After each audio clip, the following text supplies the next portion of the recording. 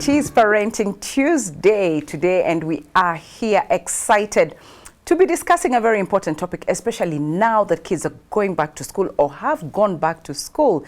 It is about bullying in schools. Yes, bullying in schools. You know, this is something that can have a long-term, psychological effect on a child mentally, emotionally, psychologically. And that's why today with me in studio, I'm honored and privileged to be joined by a parent who's going to really share it all, put it on the table about how her own child was bullied in school. And according to her, the situation was not quite, well handled by the institution that the child was in. And also I have an expert, a counseling psychologist, who will be taking us through what really is going on in the mind of a bully at that point. What really happens to this child who just decides to come to school and said, I'm going to be bullying others, So talk to me, looping into a conversation on SMS 20316, WhatsApp us on 0786316316. Ask your questions, share your comments and compliments just to be part of this beautiful conversation. Karibuni sana to the studio. Emmanuel and Satvinda, thank you so much for finding time to be with us. And I think I'll start with the lady for introduction. Yeah.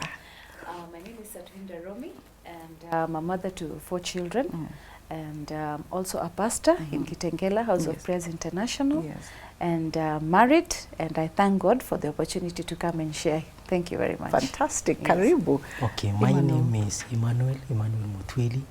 I'm a counseling psychologist, currently the lead counselor, Snapback Recovery Clinic. Okay. Thank you for having me in the show. Karibu sana, Emmanuel. You're most welcome. And indeed, God is with us here. Yeah. Now that Emmanuel, God is with us. Indeed, so I'll start with you, Satvinda, because bullying in schools, really the topic, it's all about, you have experienced this firsthand. Yeah. And probably just take us through, give us a brief description of your son, his characteristics, temperaments, his age. Okay.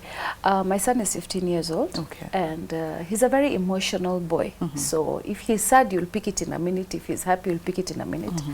The most disciplined of the 4 children I have, he is the most disciplined child. So when he's sad, I know someone has really done something to him. And he's a very quiet boy. He's an introvert. So he's he's not a boy who you will bully or will fight with anyone.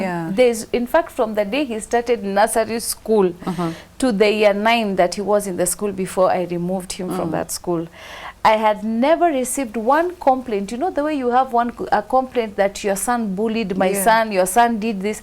I have never, leave alone friends, leave alone schoolmates, even in the house. He will never bully his own siblings. Never. He's an angel. Oh, thank God. Wow. Yeah. I usually ask my husband, where did he come from? Knowing how we ourselves, we were very bubbly children when we were growing up. Yeah. So that is how he is. Okay. His character, he's very obedient, submissive.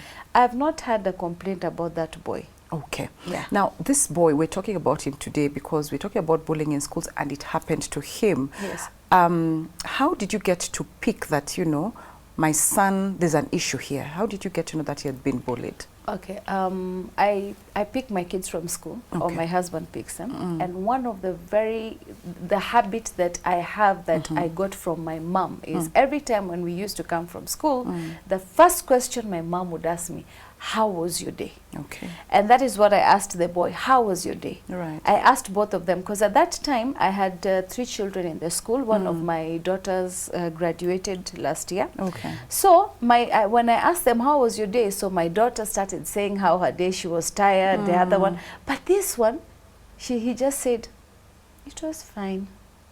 I realized something is wrong. Right. Now, my kids know when anything happens in school, I have to address it. I have to address it. Because that school, my children went through a lot of bullying, not from students, but teachers. Oh. Teachers. Now, not students, teachers. Okay. So I have been complaining, writing emails, and no action had been taken so far. So my son was a bit scared, Okay. because he did not want me to confront the teacher. So I told him, you have to, if you don't tell me, then we are going back to that school, and we will go to every teacher asking them if they've said anything wrong to you. So just tell me, don't worry, I'll handle it properly. Okay. That's when he told me what the teacher told him. There were 5 students in class and they were told to stand up. The teacher told them, you're all zeros in life and your parents deserve to kill you. You don't deserve to stay alive. You should be killed by your parents. Wow. So my son was very, very sad. Now, you know, you cannot claim to know your children. Even a married woman can stay with a man for 10 years and the 11th year, she's on news. Woman butchered by husband. Woman, so you never know your children. You never know them. So I got scared. And I'm like, how will this boy take it? Because he's not someone who will talk and let it out. He's someone who will sit down and think about it and meditate upon it and probably feel like, yes, I'm zero and I deserve to die, and he kills himself. Let me bring in the expert here, Yes, Emmanuel. yes. So these words coming from, you know, those, a teacher, someone that this parent has entrusted with their son, a safe environment, a safe place for this child away from home. What is the impact of such words to a child like that, who, as the mother says, does not even express his sentiments? When a child hears something, especially from an elderly person, let's say a person he respects, like a teacher, these words stick in their minds. And it's painful to hear those words coming from an educator. This child does not really let the words go. And it's not the words that affect the child, it's the memories that they try to accommodate from the words they have heard from the teacher, Given an opportunity, like she has said, to materialize or make practical of what they have heard from their teacher, it leads to suicidal ideologies, it leads to PTSD. Like you've heard from her, a son, after the words were spoken to him, you'd notice there are depressive symptoms from him. This explains this child may appear okay from the outside. There is no physical bullying happening, but psychologically this person is not in the right mindset to say, I can make a decision for myself and reevaluate whether it's the right decision for me, because their words impacted in their mind and they are trying to make meaning of them, and at 15, trust me, they can't. So I think for such teachers, it should be a warning. It should be a warning, especially to them, and an action should be taken against them by the school or the law. Yeah, because I'm thinking, Satvinda, by the time this boy, this is the first incident that is actually openly talked about.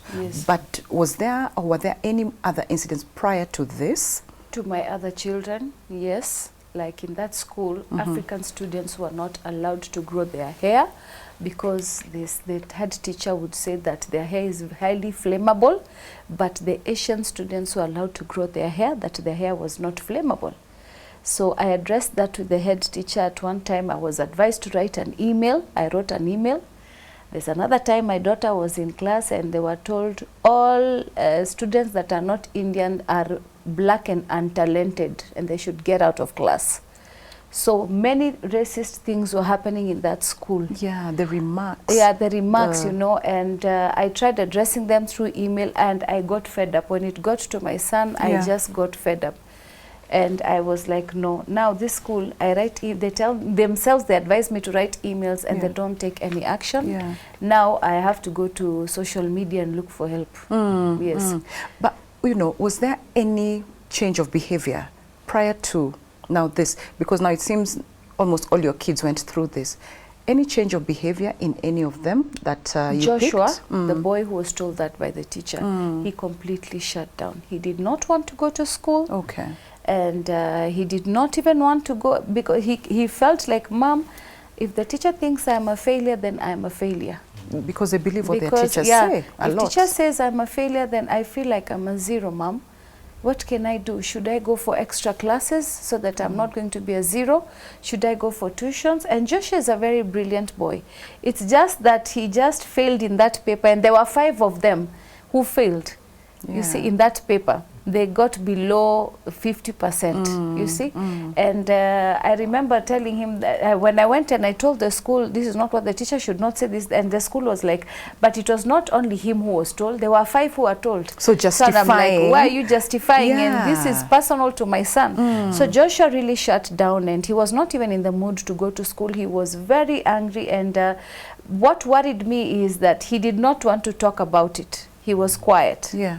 And you know, now him being quiet and shutting himself in his room, and he doesn't want to come out, and I'm telling him to have dinner and he doesn't want to come and have dinner. Now I was like, this boy, something is going on in his mind. Okay. And we can't even let him stay alone in the room. Yeah. So I would send the brother or the sister to constantly keep him company, because I didn't know what he would do to himself. Right, right. You know, if you're told you deserve to die, you know the word die. It's heavy. It's a very heavy word, and you don't know what that child would do to himself. Right. Yes. Okay. Emmanuel, so some of the symptoms that Joshua exhibited were lack of appetite or loss of appetite, you know, withdrawal. What are some of the other symptoms, probably as parents, you look out for and try to get to know what's going on in your child's life, especially in school? The most common symptoms that you would look out for, especially for a victim of bullying, they lose interest in the activities they enjoyed before. Okay. Like they love watching movies. One moment they are not interested, and they end up locking themselves in their rooms or not sharing with anyone. Yeah. The second thing, they don't eat. Majority of them do not eat, and they withdraw from social interactions the much they can, and they tend to make meaning of what they have had, maybe from a bully or what has been done from them to them by their bully. Yeah. And making meaning means they take some time to process. And taking time to process means they do not feel the need of associating with their parents. They don't see the point of being close to anyone. Yeah. Apart from the social isolation, they also don't sleep very well at night. Okay. Their sleep pattern are interrupted. Okay. If they sleep, let's say 7 hours or 8 hours in a night, you would find them wake very early in the morning, or sometimes some tend to sleep very late than they usually wake up. Okay. The other symptom that you can easily notice from a child who is bullied, they tend to withdraw. Apart from withdrawing, they are very hypervigilant. Hypervigilance means they are on watch. Like you try to get a cup from the table and they're already shocked, like squeezed. Okay. Hypervigilance is being on the look. Okay. Or being alert. Alert. It's like you're looking forward to someone maybe harming you or causing humiliation to you. Apart from being hypervigilant, they tend to be very attentive to how you treat them. Okay. And how you treat them means that, how you treat them means that they tend to hold on to the words you're saying. Yeah. The words you're saying. So now this is in the case of now the parent, the guardian? No, the bully now. The victim, I would say. Yeah, they hold on to what words? The words of the parents talking to them? Yes, or, yes. Okay. Yes, and they try to, you will hear them from a distance trying to express those words. Okay. And then they complain of headaches, sometimes stomach aches, for no good reason. Would be they have been beaten physically, I would say, from a physical bullying. Yeah. And then they try to talk less, I would say. So they withdraw. And silence that's treatment. part of, yes, part of what you're silence talking about. treatment. If I may go back to the parent here who, you know, your child was bullied. So when these things were happening, did you ever get prior complaints from the kids, or this was the first? And if it was prior, what was some of the steps you took just to try and get to the bottom of this issue? Okay, now this was a very serious one. Mm-hmm. Because you're telling my child that he does not have the right to exist, that he is such a bad failure that he should not even live on earth. Mm-hmm. I had prior complaints, Yeah. and as I told you, the way I would deal with them is I would go to the head teacher and complain, and they would tell me, write an email. We have an internal way of dealing with these things, and most of the times bullying was from teachers, you see. Yeah, so I would write the email and they do nothing about it. Yeah. But now when it comes to a point where my son, you're telling my son he does not deserve to live. That broke You the are camel's such, back. yeah, you are such a failure. You don't even deserve to live, you Yeah. know. And I'm like, what if it was me? I put myself in my son's Yeah, shoes, yeah. you know. I'm in class, I've come here for you to help me improve my grades. I'm looking at you as someone who will help me. And where I'm expecting help, that is where I'm being broken. Yeah. Where I'm expecting teacher will help me because I don't understand 1 + 1 is 2. That is where I'm being broken. That is where teacher is telling me, no, me, I can't help you. It's like you're sick and you go to the hospital and the doctor tells you, me, You're now I beyond can't help. help you. Yeah. You are dying. It's better you die. Instead of living, you'd better Yeah. die. You know, you've killed Yeah. this child's hope completely. Completely. You make them feel like a failure. You make them feel like they will never be anything in life. You know, that statement speaks volumes to that It child. does. You know, it makes him feel like he's a failure. It makes him feel like all his efforts will never amount to anything. He will never be better. He will never be good. You see, So so prior to that, this is the one now you decided you're going to go When the out teacher- here yes. into the social media and just talk about it. yeah, because at that time there was a video that was on TikTok of a child in, is it Barbados? Yeah, you remember that video where the child was being bullied every time, and this child now committed suicide. Yeah. And you know, I believe the Lord speaks to us in different ways. Right. And so I felt like the Lord is speaking to me. This child cannot continue in this school. Yeah. I am not there to support the school. I am there to support my child. Yeah. That school, I am not supporting it. I am supporting my child. I cannot let him continue in an environment where he's not being helped. I am paying school fees. I mean, I have so many, I have invested so much to Yeah. take my children to this school. Yeah. Knowing that it's an educational institution, and here my child is being, I cannot pay you to abuse my child. Okay, I hear Yeah, you. yeah. And rightfully so, Yeah, rightfully I so. can't pay You know, Emmanuel, so, you know, sometimes kids are kids. Yes, yes. And so here, this is a teacher, but also there are kids who can be playing and there's bullying. But what is the difference between bullying, teasing, and probably hard conflict resolution? What is the difference? There is a big difference between bullying and conflict and Right. teasing. Bullying is a repetitive behavior. Repetitive behavior and an act of aggression. Okay. Seeking to harm, humiliate or intimidate a person. Okay. Let's say Alana, coming from a teacher, you tell them they are too stupid, like she said, she said to her son. Yeah. And when you're bullied, these memories stick with you, Right. and you don't get that time to maybe resolve that issue with anyone. So you tend to hold on and withdraw. For conflict is a disagreement between you and another person, and with a healthy conversation, you are at a position of resolving the conflict. So it's just a disagreement when you don't see eye to eye with a person, maybe on an opinion or a point. Okay. But teasing is quite different.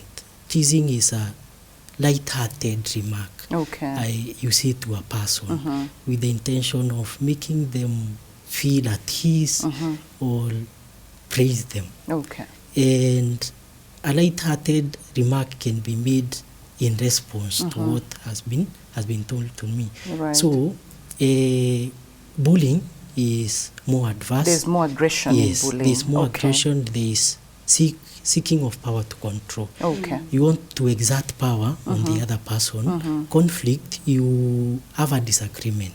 You don't see from the other person's point of view, and you tend to disagree with what they are saying. Okay. But for conflict, with a healthy conversation, you can resolve that conflict and maybe come to good terms. And teasing is where you make a remark, I respond with the same remark or an opposite remark to bring light to what we are sharing. Okay. Yes. All right. Satvinder, you're in this school, you're told there are 5 more kids who are told the same words as your kids.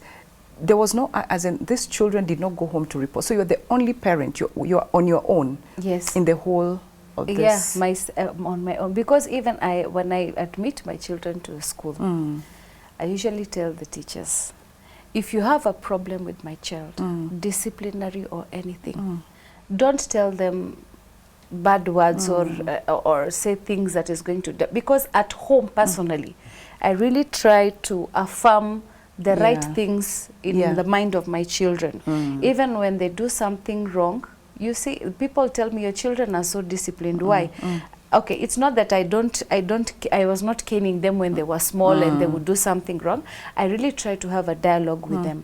I affirm, I tell them you're beautiful, you're strong, you're clever. You know, when they come home and they're like, Mom, I have this difficulty in school. You know, I work so hard to put the right thoughts in their mind. And then all of a sudden, a teacher comes and destroys everything.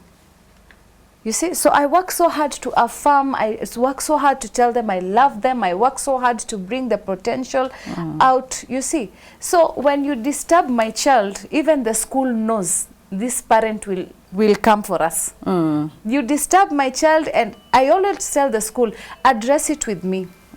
There's one school I'd taken my daughter, and that school, whenever my daughter did something that was something that was not right, the school would call me and they'd tell me this and this is what your child has done, and we would address it together, and I saw my child really becoming better. I'm not saying that a teacher cannot rebuke my child or tell my child you've done something wrong, but there's that level of harshness where now imagine, instead of a student bullying, it is a teacher who is bullying. You see? So all school, whenever I take my children to school, I usually tell the teachers, if you have a problem, discuss it with me. I'll deal with my child. You see, I don't want them to be disrespectful to you. They have to do their homework, but I will address it with my child.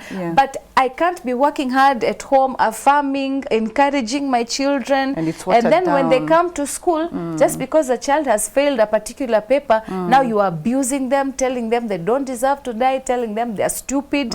This child, you'll shut them down completely, and no matter how hard, even if after that when I tell Joshua to study, you know, Joshua, you need to go and study. He would, the way my brother is saying here, he would do it without interest. He would just flip papers. For the sake of it. And his actions would tell me that he feels like no matter how hard I work, I will never get better. No matter how hard I work, I will never do well in this particular paper, because he would pass the other papers, but this particular subject called mathematics is the one that was disturbing him. So he would just flip the papers. He doesn't have interest. And Joshua, why are you flipping the papers? Mom, I don't think I will ever understand this subject. You see, it's already put in his mind, you will never understand. And that really breaks me, because I'm bringing him to school for you to help me. If maths is his weakness, you've got to help him. I mean, tell me, I even tell the teachers, come and tell me we need to do tuitions, come and tell me I need to buy a certain book, tell me what I need, how can I engage to help my child? To help your child in this environment. Yeah, so that is... Okay, I hear you. Sorry, I get a bit emotional. I hear you. Okay, bullying in schools. And we're having a very interesting conversation here. I'm with a parent whose child has gone through bullying from teachers, you know, the caregiver in school. And I also have an expert with me, Emmanuel, who is taking us through, you know, this topic, the mind or the impact of bullying, the mind of a bully, what goes on in their mind. And before we go back into the conversation, there are comments here. For the parents, I can see someone asking Satvinder, Dear Tuesday Parenting, I think this lady parent in the studio is preparing her son for disaster. From my explanation, there was a deeper issue with her son. From her explanation, hair grooming or cutting hair for a male child is part of training, and a child who resists is a child under parenting of TV and other sources. We have children in the rural area who take tough stances in life, including caning for correction, and they've grown to be successful. Looks like her child doesn't like school, and she can tell us his performance. Parents should first investigate things instead of fighting teachers unreasonably. A Christian child extols character. So Satvinda is a parent. Was there any issue about hair grooming or cutting of hair? I haven't heard you talk about that. No. Okay. No. Then I think his other concern is about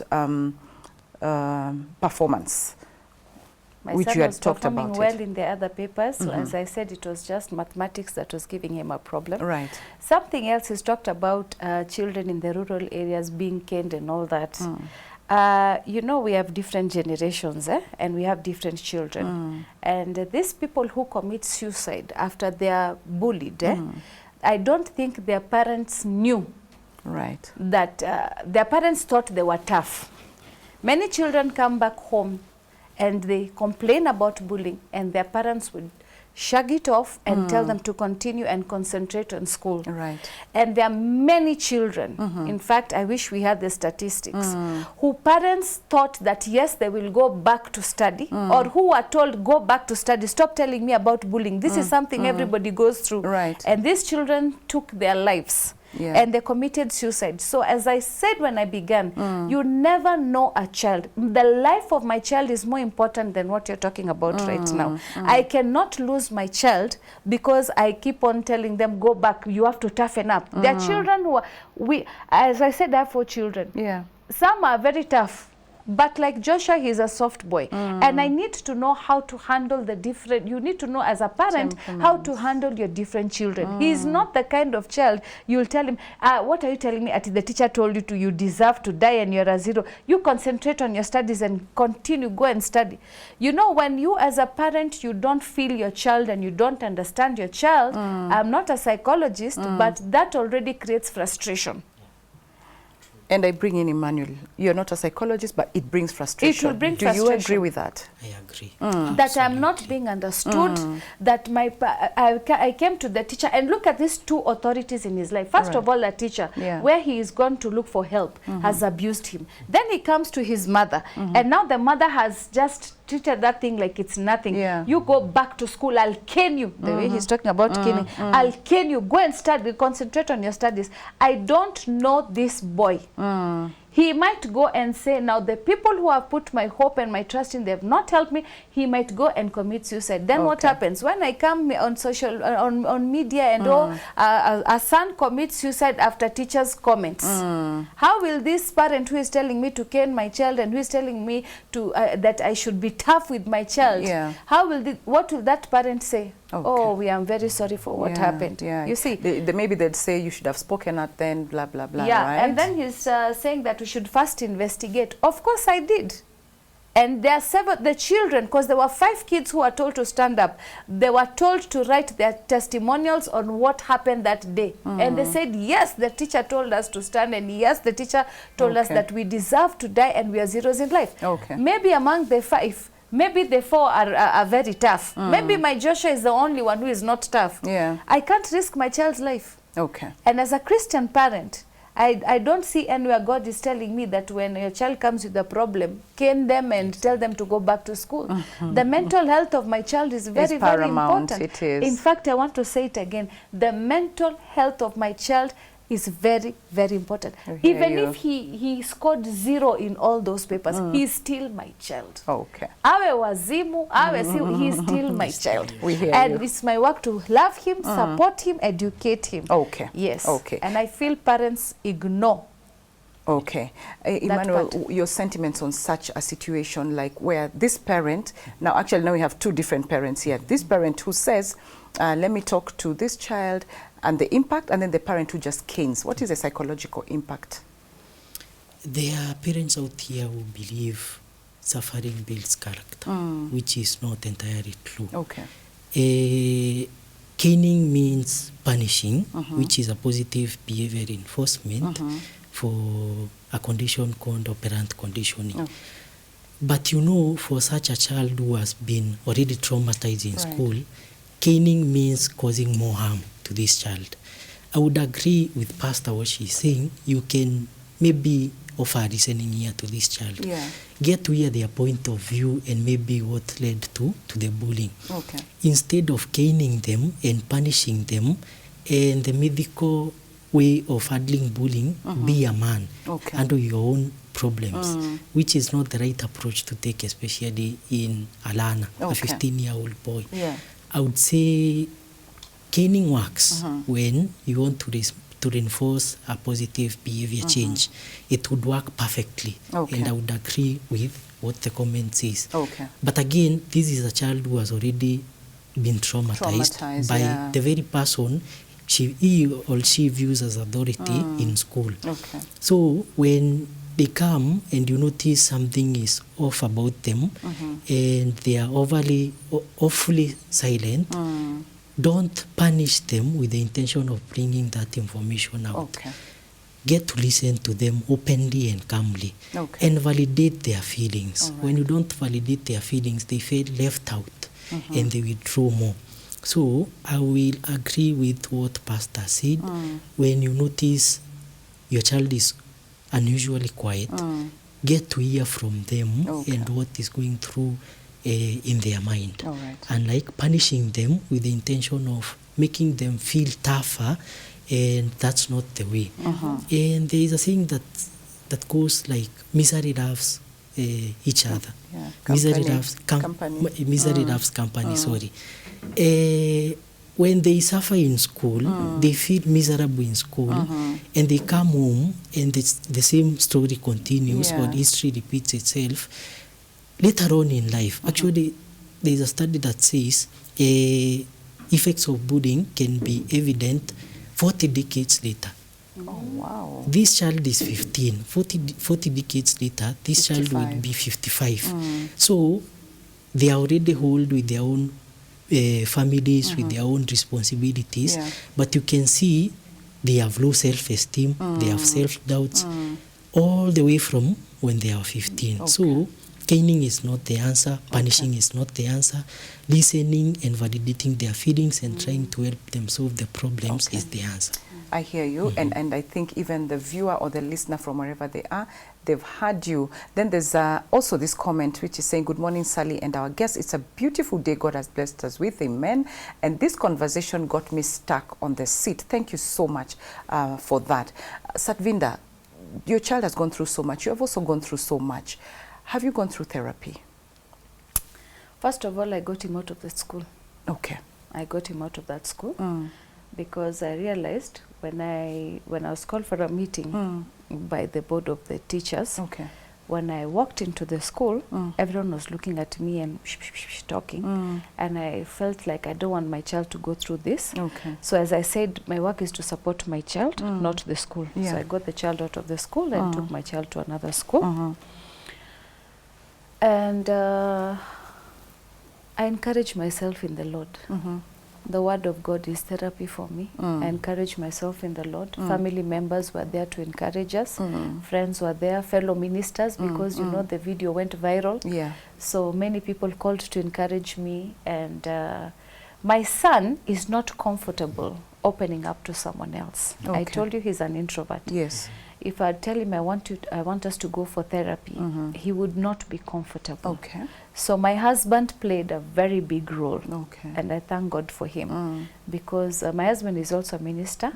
So he really took him through, encouraging him and talking to him. And I feel like Joshua, though he can never forget, but he has now changed. He has now become more positive and eager to learn. Okay. And even the change of environment has really helped him feel like he's now starting afresh. Okay. You know, I'm starting afresh. I'll put my fresh new efforts. You know, so that change of school made him feel like he's starting afresh. You know, like Okay. you could be troubled in one area and you feel like, Yeah. let me move to start afresh. Yeah. Yeah, so my husband was there to give Joshua therapy, and I like what he has done, because Joshua has really, really changed, though it is a matter of months. And we are continuing. We have not left it out. We are continuing with that, with trying to help Joshua. We know he cannot, as entirely what my brother has said here, it is a stamp. Those words we might not be able to erase them, but we are prayerfully and through the word of God really working on Joshua and his character, his Yeah. emotion. Yes. Okay. I'm seeing a comment here again from a viewer, and they say that boy went through a mind toucher for a long time. The parents should have acted in time to save him. Action through email was a bit too mild and late for good son like this boy. Why didn't the parents change the school immediately? James. And I think, James, that has been responded to. Asante sana. Emmanuel, Yes. is therapy important? Even in this case, she had a lot of support around her, the ministers, the family, the friends. But for a parent out there who they don't know what to do, because, you know, this is a teacher, for example, and you're like, if I remove the kid from the school, then what? Is therapy important? Very, very important. I would say therapy is very crucial, especially for a parent who's trying to process why this happened, Yeah. and why did it happen specifically to my kids. You know, they can also tend to suffer emotionally from what is happening to their kids, and I Right. believe seeking therapy to help process these emotions, to help make meaning of what they are going through, is very important for parents.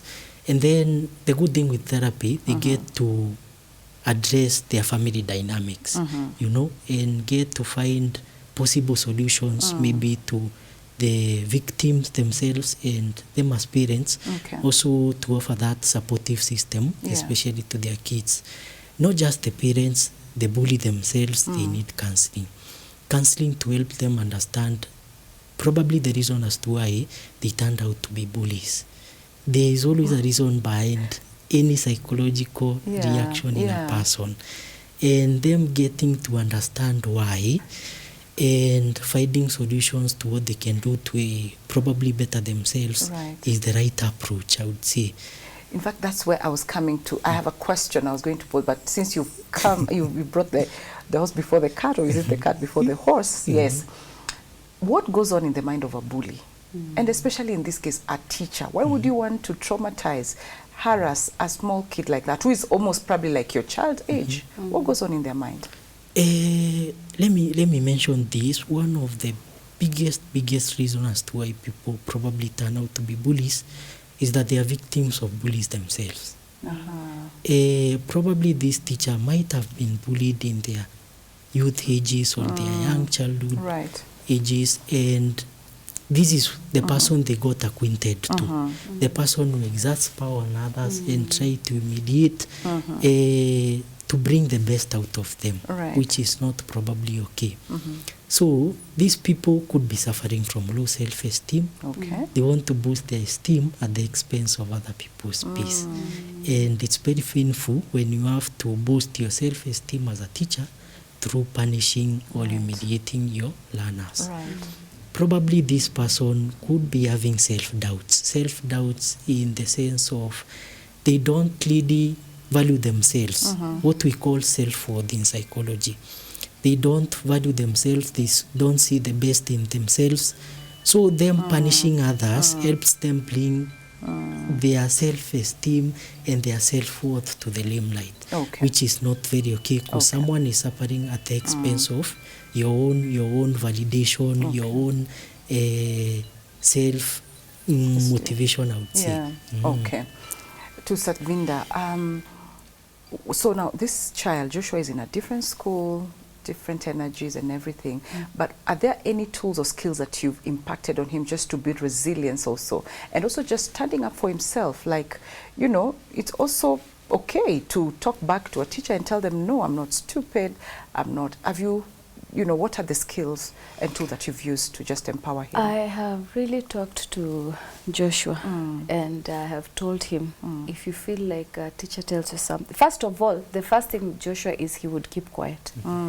I think this is maybe the second time he's telling me this, that he's been bullied. Yeah. But Joshua is the kind of person to keep quiet, because I remember there's a time where he was in the line for lunch and the older boys pushed him aside and went in front of him, and that day he didn't have lunch because it's like they cut him off the lunch line, and I was told by my younger son. Yeah.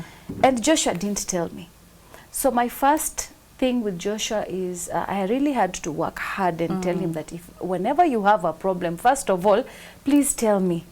Don't keep quiet. If you keep quiet, you will bottle it, and if you keep quiet, you will not be helped. It will keep depressing. It will keep, you know. So I really tried to tell Joshua to first of all open up.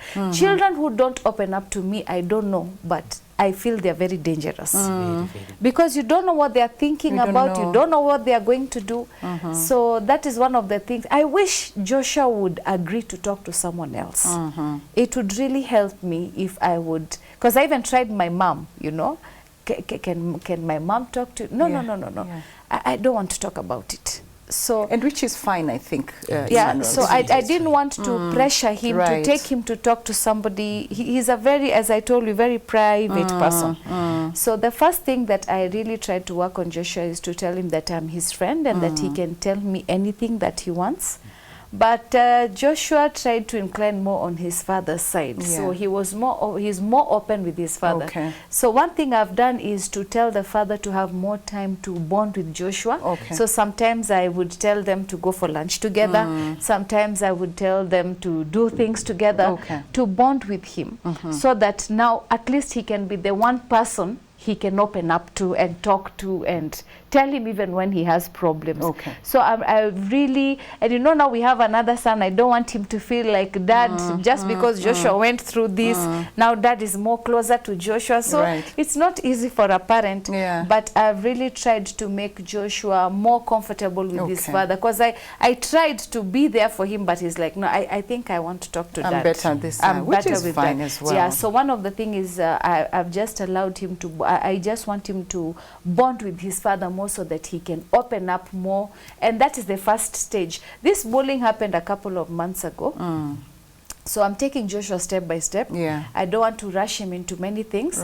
So now that he's open with his father, maybe now is when I can be advised, now what do we do next? So that he can, you know, bring out his potential, because the Joshua expert is here, and I'm sure you're getting and you've gotten that. Joshua is a very bright boy. I'm seeing a beautiful comment here. I support the parent who has protected her son at school. They will be so proud of you. I did the same for my son. The mental health of my child is paramount. I love this. That's what Lynette from Nairobi is saying. And there's another viewer listener who is saying, good morning, Sally. I stand in support of the parent. We are living in a different era from our past. Mental health of a child is everything. Let the person who sent in the text resolve his or her childhood trauma and not project it to kids. The guest parent is very clear. She has no problem with you disciplining her Joshua, but at least mind the words you tell him. It doesn't cost you to discipline a kid as you equally encourage them. And I think those are beautiful sentiments and quite encouraging. And indeed, you did the right thing by standing up for your son. Because Dr. Emmanuel said that, you know, mental health is everything. And a child can grow up to what? 55 years with the same trauma. PTSD, you say? Post-traumatic stress disorder. Stress disorder. Yeah, so it is important. And I'm just wondering, this child, and in closing, you know, we have about 4 minutes to go. In closing, what advice would you have for parents who are out there, they have kids who've been bullied, you know, very briefly? The best you can do, like Pastor has done, you can openly have calm conversation with those children to help them feel heard and feel supported. When you validate a child's emotions and what they are going through, they tend to feel safer with you, like a son has done to his dad.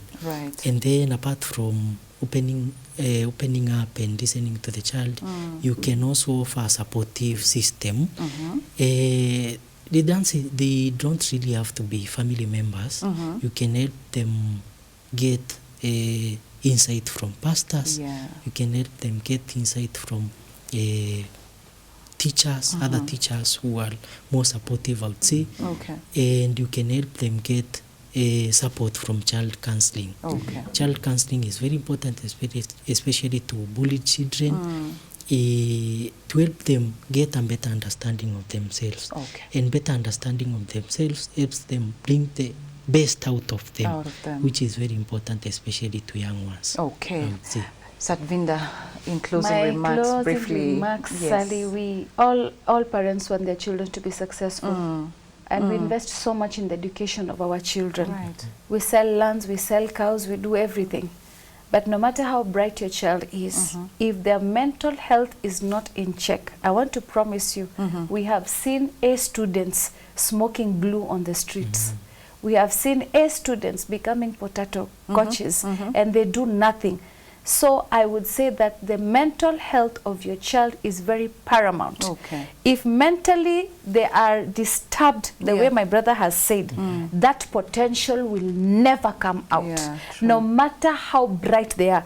So using our money to take our children to the best schools, our resources, our everything, but we don't care about their mental health, I don't know how I would term that. I don't know how I would look at that.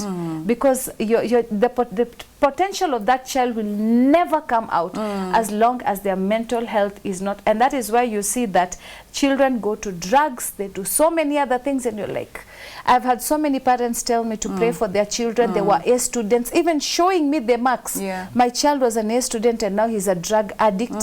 He doesn't leave the house. He goes out, takes drugs, comes back. Why? Because of mental issues that were never addressed when they were young. Okay. So for me, with the experience I'd had as a pastor, I think the mental health of your child is very paramount. Okay. Otherwise, we are doing useless things, taking them to school and investing so much and not caring about their mental health is really futile. What a beautiful way to end this conversation, you know, and I'm saying from both of you it is about the mental health of the child. And thank you so much. Unfortunately, we have to come to the end of this show, but of course I will have you back again for probably more and different conversations on different topics. Thank you so much for creating time to be here.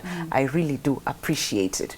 And to my viewer, my listener, wherever you are, I just want to also appreciate you. The engagement that has been there, it's amazing. Thank you for the conversation, for looping in and giving us your comment and compliments, and just, you know, being there for us and supporting this particular show on parenting. I truly do appreciate. And also there's a special group of people that I want to appreciate this morning, who have been holding our hands and just walking with us through this journey to ensure that we bring you this beautiful, clean content every single day here at Family Media. Our partners, people who donate and just help us to be on air, they give selflessly to this particular ministry, and we want to appreciate you this morning and say thank you. And if you feel you want to be part of this beautiful community, just send in your name to 20316 SMS and or WhatsApp us on 0786 316 316 and send in the word partner, and you'll be part of this. And also, if you want to send any donations just to support us,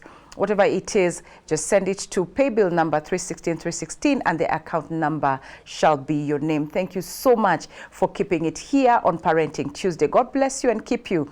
See you again tomorrow on Financial Clinic. I have a very interesting topic on orange economy. Do you know what orange economy is all about? A young adult will be talking to us tomorrow. So make sure you join me tomorrow between 7 a.m. and 8 a.m. for an amazing, amazing conversation on money matters.